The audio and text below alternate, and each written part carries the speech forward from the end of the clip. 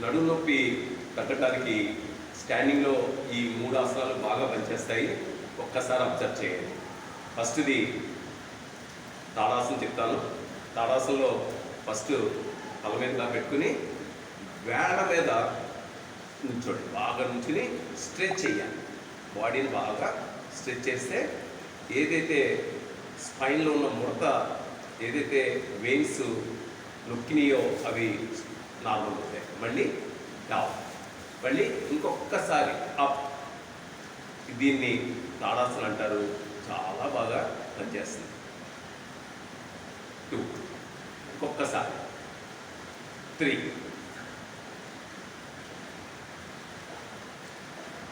ఇది తాడాసనం. ఇంకా కొంచెం తక్కువ అయ్యాక, నడునొప్పి కొంచెం తగ్గాక 3 తాడాసనం చేయాలి. చిన్నగా నడునొప్పి లేనంత వరకు రైట్ సైడ్ తిప్పాలి, చిన్నగా తిప్పాలి. సెంటర్, మళ్ళీ లెఫ్ట్ సైడ్, మళ్ళీ సెంటర్, మళ్ళీ రైట్ సైడ్. కొద్దిగా అంతే. ఎక్కువ ఉన్నప్పుడు, నడునొప్పి ఉన్నప్పుడు చాలా తక్కువ తిప్పవలసి ఉంటుంది. నడునొప్పి ఉంటే ఎక్కువ ఉంటే అస్సలు చేయగలుగుతుంది. తాడాసనం వరకు సరిపోతుంది. ఇది బాగా పనిచేస్తుంది. తర్వాత ఇది అయిపోయింది. తర్వాత సెకండ్ది కటిక చక్రాసనం. ఇది ఇంకా అద్భుతంగా పనిచేస్తుంది.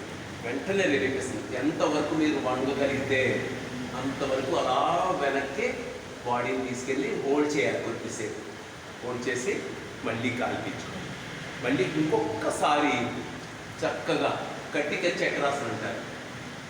ఇది ఇలా కొద్దిసేపు ఉండి నార్మల్ వస్తే ఆ డిస్క్ బల్జి తగ్గుతుంది. ఇది కటిక చక్రాసనం. ఇందులో లాస్ట్ ఇది కూడా బాగా పనిచేస్తుంది. ఇది కూడా కటిక చక్రాసనంలో పోస్టు. 2 చేతులు ప్యారలల్గా పెట్టి చిన్నగా ఇలా తిప్పాలి. ఎంతవరకు తిప్పగలిగితే అంతవరకే.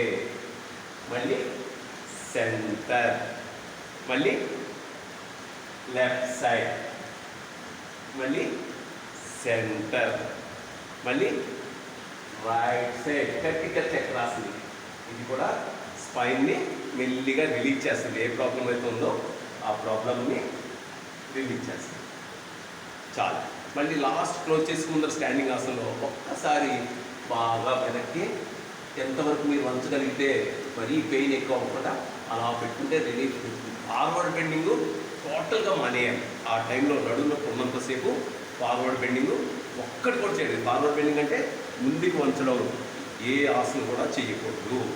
ఈవెన్ పని చేసుకున్నా సరే మీరు ఒకవేళ వంగవలసి వస్తే మోకాళ్ళ మీద ఉండి ఆ వస్తువుని తీసుకొని తప్పించి ఇలా తీయకూడదు. స్పైన్ వంచకూడదు. అది యాగ్రివేట్ చేస్తుంది.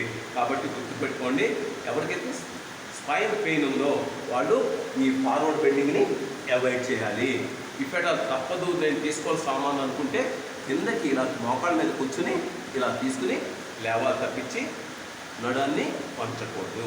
అది స్టాండింగ్ ఆసనం. అదేవిధంగా సిట్టింగ్ ఆసనాలు కూడా నడుము నొప్పికి ఈ 2-3 ఆసనాలు బాగా రిలీఫ్ ఇస్తాయి. చక్కగా ప్రతి నెరవు ఈ కాళ్ళ వేళ్ళలోని, కాళ్ళ పాదాల్లోని ఉంటాయి. వాటిని ఫస్ట్ బాగా ఇలా సపోర్ట్ తీసుకుని వెనక్కే కూర్చోండి. ముందుకు బెండ్ అవ్వకుండా కూర్చుని ఇలా కలపండి. బాగా కదిపి కాళ్ళను బాగా కలపండి. కాళ్ళను కదిపితే అక్కడ స్టిమ్యులేట్ అవుతుంది. స్పైన్లో ఉన్న నర్వస్ సిస్టము స్టిమ్యులేట్ అవుతుంది. స్టిమ్యులేట్ అయ్యాక ఇలా బాగా తిప్పాక కాళ్ళు కూడా బాగా ఆడించి ఇలా ఇటు కూడా ఆడించాక స్లోగా లేపడానికి ట్రై చేయండి. ఎంతైతే అంతే. పెయిన్ ఎక్కువ ఉంటే ఇంతకంటే పైకి లేవండి. ఇలాగా కొద్దిసేపు హోల్డ్ చేసి మళ్ళీ రిలాక్స్గా కూర్చోండి. మళ్ళీ ఇంకొకసారి చక్కగా అంతే. ఇది అద్భుతంగా రిలీఫ్ ఇస్తుందండి. ఈ ఆసనం చాలా అద్భుతంగా ఇస్తుంది. పైకి లేపడమే. లేపాక ఇంకొకసారి చూపిస్తాను చూడండి. ఇలా చేతుల సపోర్ట్ తోటే లేస్తున్నాను చిన్నగా. ఇంకా మీకు తగ్గిందంటే ఇలా పైకి వెళ్ళవచ్చు. కానీ లేదంటే ఎంతవరకు బాడీని లేపగలిగితే అంతవరకే లేపండి. వేసి కూర్చున్నాక అప్పుడు వజ్రాసనంలో కూర్చోగలిగితే పర్వాలేదు, లేదంటే సుఖాసనైనా పర్వాలేదు, ఈ ఆసనలైనా పర్వాలేదు. గోముఖాసనం చాలా బాగా స్పైన్కి పనిచేస్తుందని చెప్తారు. మన చెయ్యిని ఇలా వెనక్కి పెట్టుకుని ఎదురుకుండా నెంబర్ లెక్క పెట్టండి. 1 2 3 4 5 6 7 8 9 10 11 12 13 14 15 16 ఇలా పట్టుకుంటే స్పైన్ స్ట్రైట్గా మళ్ళీ కంఫర్ట్ జోన్లోకి వస్తుంది. అలాగే ఆపోజిట్ కూడా చేద్దాం. గోముఖాసన్ 16 15 14 13 12 11 10 9 8 7 6 5 4 3 2 1. ఇది బాగా రిలీఫ్ ఇస్తుంది. ఖచ్చితంగా ఇందాక నేను చెప్పిన పైకి లేపడానికి వాడి, అలాగే సిట్టింగ్ ఆసనంలో గోముఖాసన్ చాలా బాగా. కానీ ఎట్టి పరిస్థితుల్లో ఫార్వర్డ్ బెండింగ్ ఆసనం ఏది చెయ్యొద్దు. ఇలా ముందుకు వంగే ఆసనాలు ఏది కూడా చెయ్యొద్దు. అది సిట్టింగ్ ఆసనం. ఇప్పుడు ప్రోన్లో 2 ఉన్నాయి. ప్రోన్లో అంటే గోర్లో పడుకునే ఆసనాల్లో చక్కగా 2 ఆసనాలు చెప్తాను, అది బాగా పనిచేస్తాయి. సిట్టింగ్ ఆసనంలోనే ఇంకో 2 ఉన్నాయి, అవి కూడా చెప్తాను. అది తగ్గాక చేయాలి. నడుము నొప్పి ఉన్నప్పుడు చేయకూడదు. నడుము నొప్పి తగ్గాక పృష్ఠాసన్, క్యామిల్ ఫోర్స్ ఇలా చేస్తే ఇది ఇంకా డిస్క్ బల్జ్ని తగ్గిస్తుంది. 1 2 3 4 5 6 7 8 9 10 11 12 13 14 15 16. ఇది పృష్ఠాసన్ కూడా నడుము నొప్పికి రిలీఫ్ బాగా పనిచేస్తుంది. కానీ నడుము నొప్పి ఎక్కువ ఉన్నప్పుడు పృష్ఠాసన్ చేయొద్దు. అలాగే ఇది కూడా స్లోగా చేయొచ్చు. ఇది క్యాట్ అండ్ కౌ పోజ్ అంటారు. ఇలా పైకి లేపినప్పుడు స్పైన్ కిందకు వస్తుంది, తల కిందకి వెళ్ళినప్పుడు తల కిందకి వెళ్ళినప్పుడు స్పైన్ పైకి వస్తుంది. మళ్ళీ ఇది మాధ్యాలాసనం అంటారు. మాధ్యాలాసనం స్పైన్ మెల్లిగా పైకి లేపండి, మెల్లిగా వదలండి. గాలి పీల్చుకున్నప్పుడు పైకి, తల పైకి వెళ్తుంది, స్పైన్ కిందకు వస్తుంది. గాలి వదిలినప్పుడు స్పైన్ పైకి వెళ్తుంది, తల కిందకు వస్తుంది. అలా ఎంతసేపు మీరు ఆడించగలిగితే ఇది బాగా రిలీఫ్ ఇస్తుంది. అలాగే శశాంకాసనం చేయొచ్చు, కానీ నడుము నొప్పి ఉన్నప్పుడు చేయొద్దు. తర్వాత చతుర ఈ 2 సరిపోతాయి. సిట్టింగ్ ఆసనంలో ఈ రెండు కూడా సరిపోతాయి. ఇప్పుడు ప్రోనాసనంలోకి వెళ్తున్నాను. చక్కగా ప్రోనాసనంలో చాలా ఇంపార్టెంట్ ఆసనం ఇది మకరాసన్. ఇది ద బెస్ట్ ఆసనం అని చెప్తారండి. స్పైన్కి ఇమ్మీడియట్ రిలీఫ్ వస్తుందండి. ఇలా ఒక్కొక్క కాలు టచ్ చేయాలండి, పిరుదులకి టచ్ చేయాలి, హిప్స్ టచ్ చేయాలి. ఒక్కొక్క కాలు ఇలా పడుకుని ఇలా టచ్ చేస్తే మీకు బాగా స్పైన్కి రిలీఫ్ దొరుకుతుందండి. ఇది అలాగే నెక్స్ట్ది ఇందులోనే చాలా ఇంపార్టెంట్ ఆసనం భుజంగాసనం. భుజంగాసనంలో 2 చేతులు షోల్డర్ పక్కన పెట్టుకుని గాలి పీల్చుకుంటూ పైకి లేవాలి. ఎంత లేపగలిగితే అంతే. నడుము నొప్పి ఎక్కువ ఉంటే కొంచెం లేపండి, లేదంటే అలా మెల్లిమెల్లిగా పైకి వెళ్ళండి గాలి పీల్చుకుంటూ.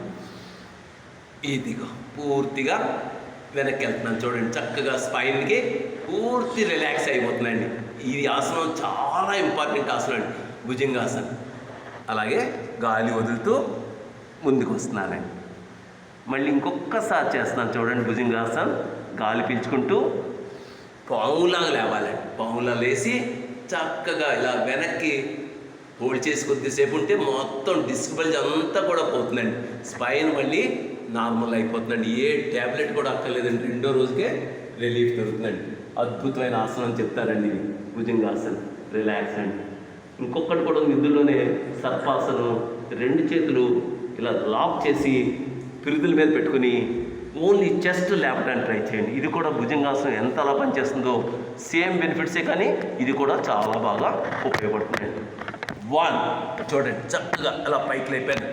2 చేతులు పిరుదుల మీద పెట్టుకున్నాను, హిప్స్ మీద పెట్టుకున్నాను, రిలాక్స్ అవుతున్నానండి. ఇంకొకసారి లేపుతున్నానండి శ్వాస తీసుకుంటూ. అది పూర్తిగా పైకి లేపానండి. 2 కాళ్ళు ఎత్తలేదు.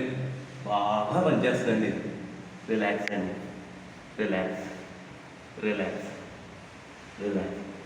ఒకసారి మీకు తగ్గాక అప్పుడు మీరు మెల్లిగా ధనురాసనం చేసుకోవచ్చండి. చక్కగా ఇది కూడా డిస్క్ బల్జ్ని తగ్గిస్తుందండి. కానీ ఇది కొంచెం తగ్గాకనే చెయ్యాలండి. అంతే, ఎక్కువ వద్దండి. జస్ట్ అలా పట్టుకోండి. అది కూడా డిస్క్ బల్జ్ని బాగా కంట్రోల్ చేస్తుందండి. ఇంకొకసారి చెప్తున్నానండి, డన్ లాస్ అంతే.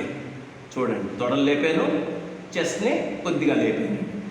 ఇది కూడా డిస్క్ బల్జ్ని కంట్రోల్ చేసే ప్రక్రియకి ఉపయోగపడుతుందండి. రిలాక్స్ అండి. ఇది